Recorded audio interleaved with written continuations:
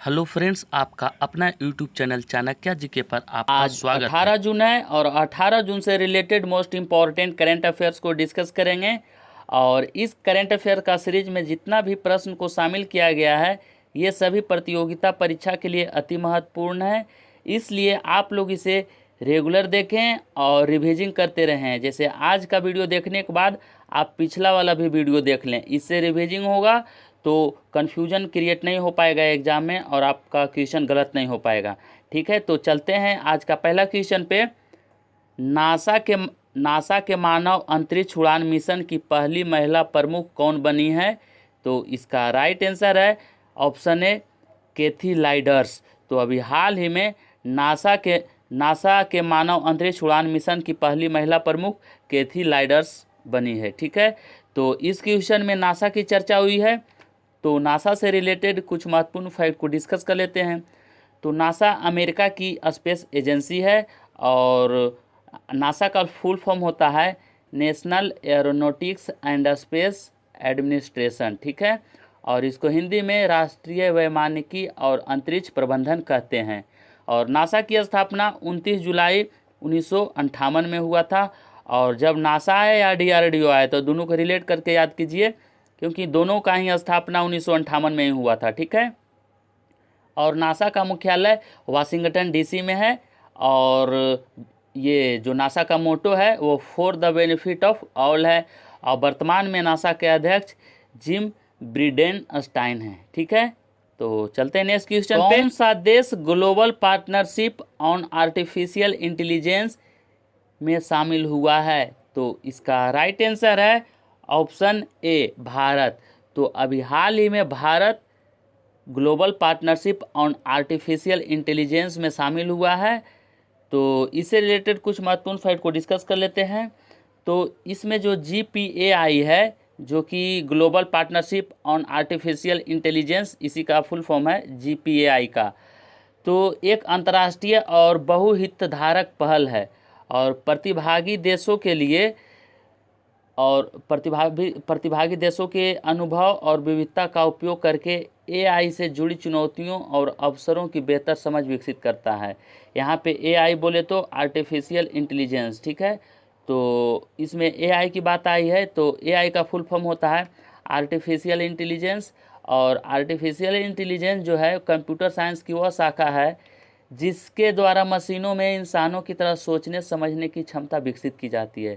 ठीक है, next question. इस बैंक ने सैलरी खाता ग्राहकों के लिए online overdraft Insta flexi cash सुविधा शुरू की है। यहाँ पे ओवरड्राफ्ट हो जाएगा, ओवरड्राफ्ट।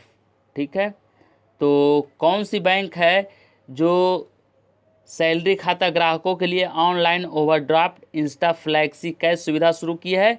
तो इसका राइट आंसर है ऑप्शन बी ICICI बैंक।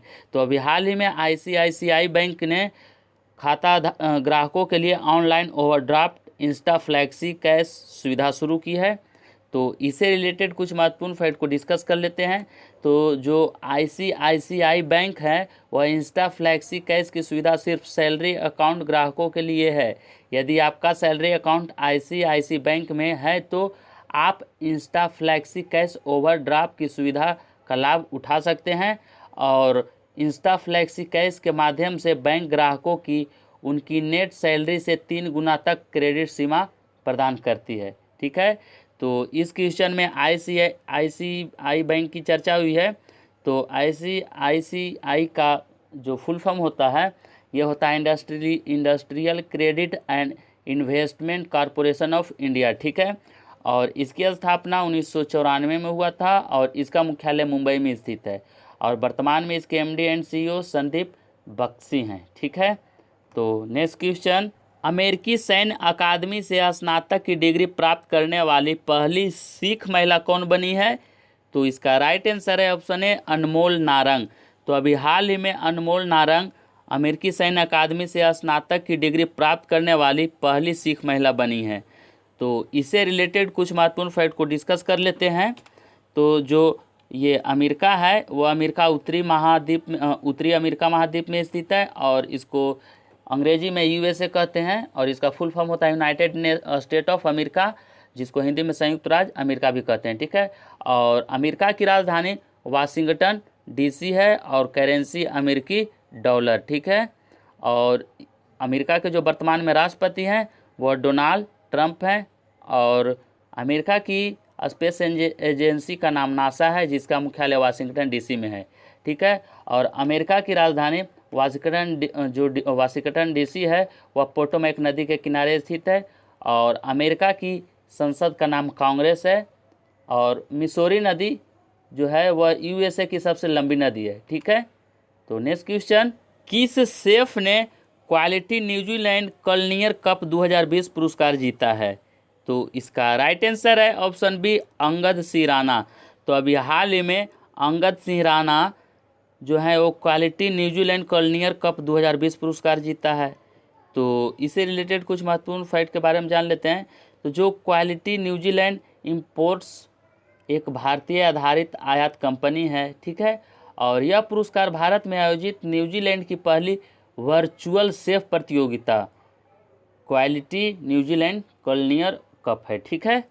तो नेक्स्ट क्वेश्चन, किसने ग्रैमी बैंड डिवाइस लॉन्च किया है? तो इसका राइट आंसर है ऑप्शन बी, जी किशन रेड्डी। तो अभी हाल ही में जी किशन रेड्डी जो हैं वो ग्रैमी बैंड डिवाइस को लॉन्च किया है। और इस डिवाइस में 99.9% जो है सतह और वायु रोगाणुओं को मारने की क्षमता है।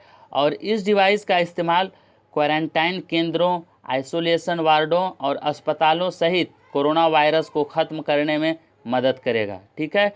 और जो जी किशन रेड्डी हैं वह केंद्रीय गृह राज्य मंत्री हैं, ठीक है। तो नेक्स्ट क्वेश्चन, किस पेमेंट बैंक ने एमएसएमई के लिए सुरक्षा सैलरी अकाउंट सेवा शुरू की है? तो इसका राइट आंसर है option A, Airtel payment bank.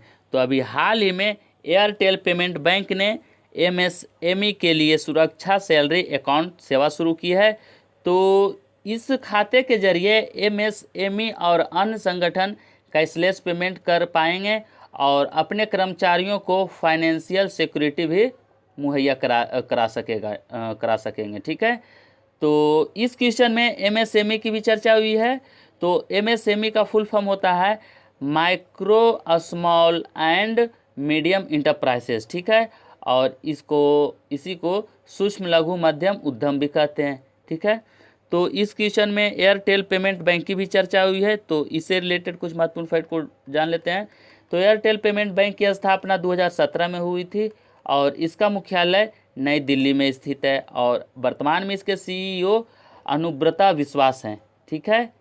तो चलते हैं नेक्स्ट क्वेश्चन पे, माधवराव पाटिल का निधन हुआ है, यह कौन थे? तो इसका राइट आंसर है ऑप्शन बी, पूर्व लोकसभा सांसद।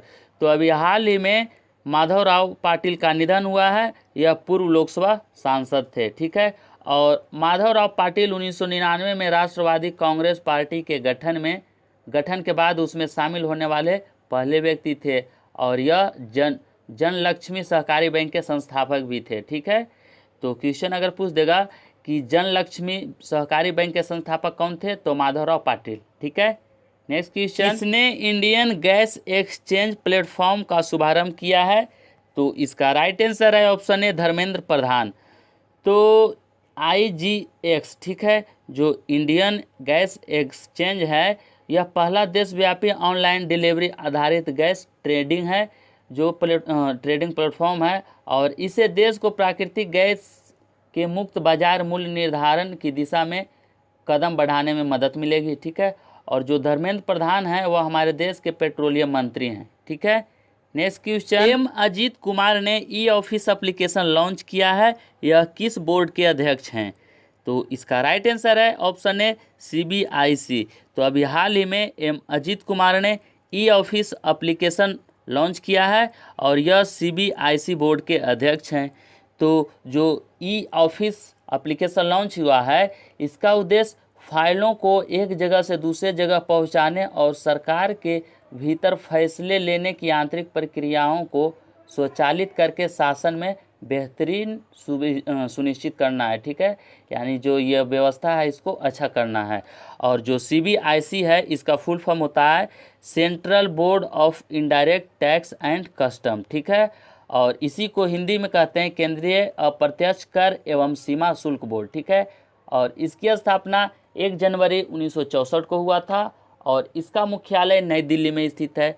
और वर्तमान में जो CBIC बोर्ड के अध्यक्ष हैं वह AM अजीत कुमार हैं, ठीक है।